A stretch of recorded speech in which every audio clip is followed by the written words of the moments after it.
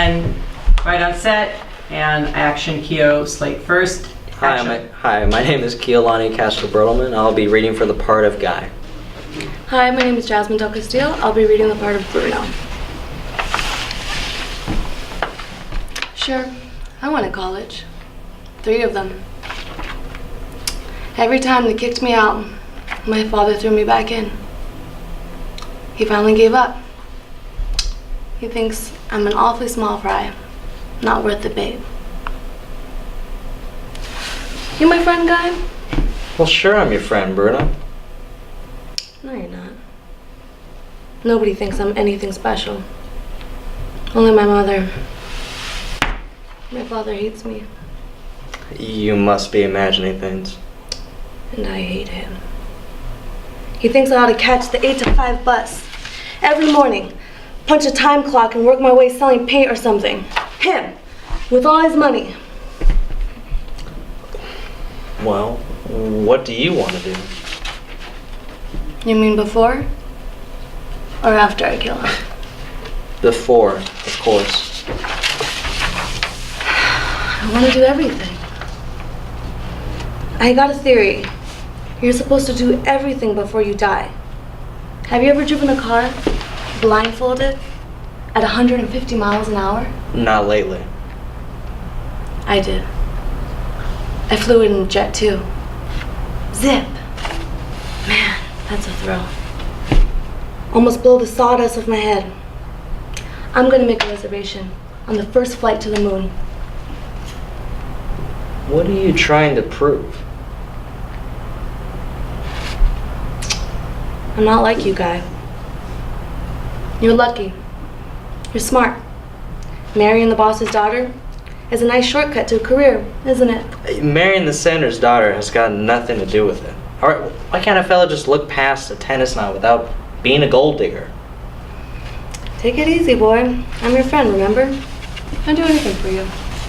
Yeah, sure, Bruno. But we'll be pulling in soon, and I've got to change trains. What'd you say her name was? Your what? Miriam. That's it. Miriam Joyce Haynes. Played around a lot, I suppose. Let's not talk about it anymore. Maybe she'll make some trouble for you. I don't think so. You mean you got enough on her to get your divorce, no matter what? Let's just change the subject, Bruno, okay? Okay, Guy. Want me to tell you one of my ideas to kill my father? You've been reading too many of these. You want to hear about the busted light socket in the bathroom? Or the carbon monoxide in the garage? No. You know, I might be old-fashioned. The last time I thought murder was still illegal. Yeah. And if you could slate, please, action. Hi, I'm John, and I'm reading for Neff. Give us your first and last name. Oh, sorry. I'm John Law, and I'm reading for Neff. Thank you. I'm Terry Arredondo, and I'm reading for Phyllis. Okay. Walter, Right. tell me, Walter, on this insurance, how much commission do you make? 20%. Why? I thought maybe I could throw a little more business your way. You know, I could always use it. I was thinking about my husband.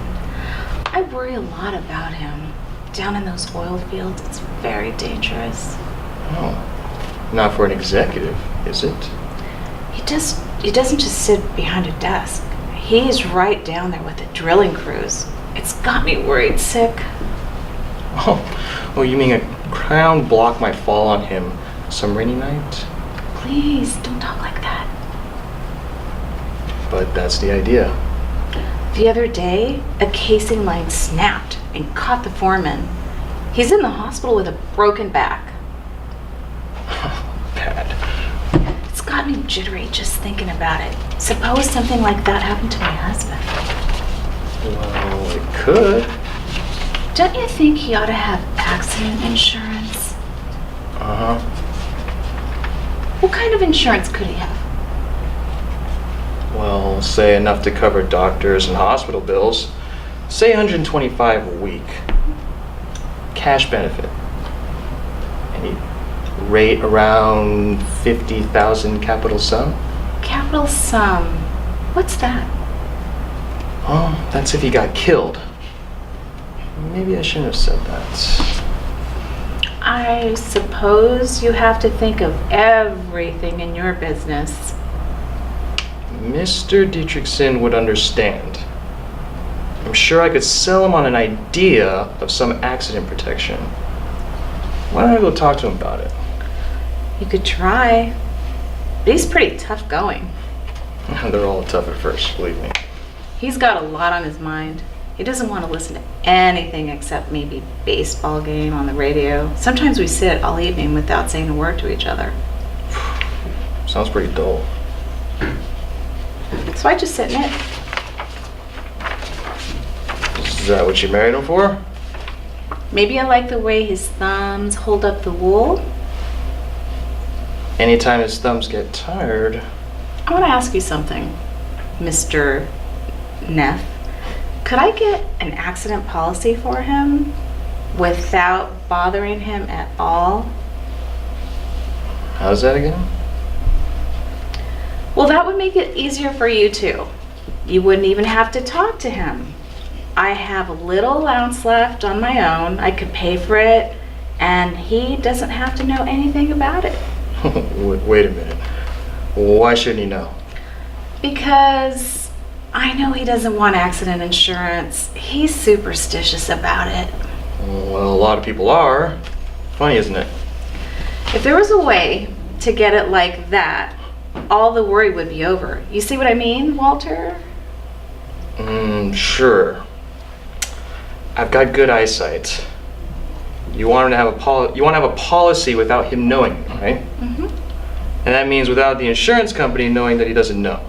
Right. That's the Sept, isn't it? Is there anything wrong with it? I think it's lovely. And then some dark, wet night, that crown block fell on him. What crown block? Only sometimes they have to have a little help. They can't quite make it on their own. I don't know what you're talking about. Of course, it doesn't have to be a crown block. It can be a car backing over him, or he could fall out of an upstairs window. Any little thing like that. As long as it's a morgue job. Are you crazy? Not that crazy. Goodbye, Mrs. Dietrichson. What's the matter?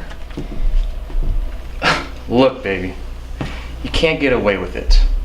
Get away with what? You want to knock him off, don't you? That's a horrible thing to say. Who do you think I was, anyway? A guy that walks into a good-looking dame's front parlor and says, "Good afternoon. I sell accident insurance on husbands. You got one that's been around too long? One that you can turn into some cold, hard cash, maybe?" That's what it was, wasn't it? All right. See you later. No, it wasn't. Oh, okay, whatever you say. Rolling speed on action, Daniela, you will. Slate, action. Hi, I'm Daniela, and I will be reading for Guy. Daniela who? Oh, Daniela Sanchez. And I'm Mona Ibrahim, reading for Bruno.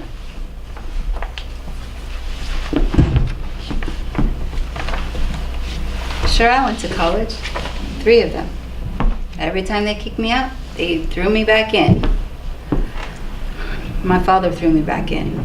He finally gave up. He thinks I'm an awfully small fry. Not worth the time. You my friend, Kai? Sure, I'm your friend. Bruno. No, you're not. Nobody thinks I'm anything special. Only my mother. My father hates me. You must be imagining things. And I hate him. He thinks I ought to catch the 9 to 5 bus every morning, punch a time clock, and work my way up selling paint or something. Him with all his money. Well, what do you want to do? You mean before or after I kill him? Before, of course. I want to do everything. I got a theory. You're supposed to do everything you want to do before you die. Have you ever driven a car blindfolded at 150 miles an hour? Not lately. I did. I flew a jet too. Zzz, man, that was a thrill. Almost blew the sawdust out of my head. I'm gonna make a reservation on the first rocket to the moon. Oh, what are you trying to prove? I'm not like you, guy. You're lucky, you're smart. Marrying the boss's daughter is a nice shortcut to a career, isn't it? No, marrying the senator's daughter has nothing to do with it. Can a fellow look past tennis without being called a gold digger? Take it easy, boy. I'm your friend, remember? I'd do anything for you. Sure, Bruno, sure. We'll be pulling in soon. I've got to change trains. Yeah. What did you say her name was again? Your wife's? Miriam. That's it, Marion Joyce Haynes. Played around a lot, I suppose. Let's not talk about it anymore. Maybe she'll make more trouble for you. Nah, I don't think so. You mean you got enough on her to get your divorce no matter what? Let's change the subject, Bruno. Can't we? Okay, guy. Want me to tell you one of my ideas for murdering my father? Oh, you've been reading too many of these. Yeah. You want to hear about the busted light socket in the bathroom or the carbon monoxide in the garage? No? I may be old-fashioned, but I thought murder was against the law.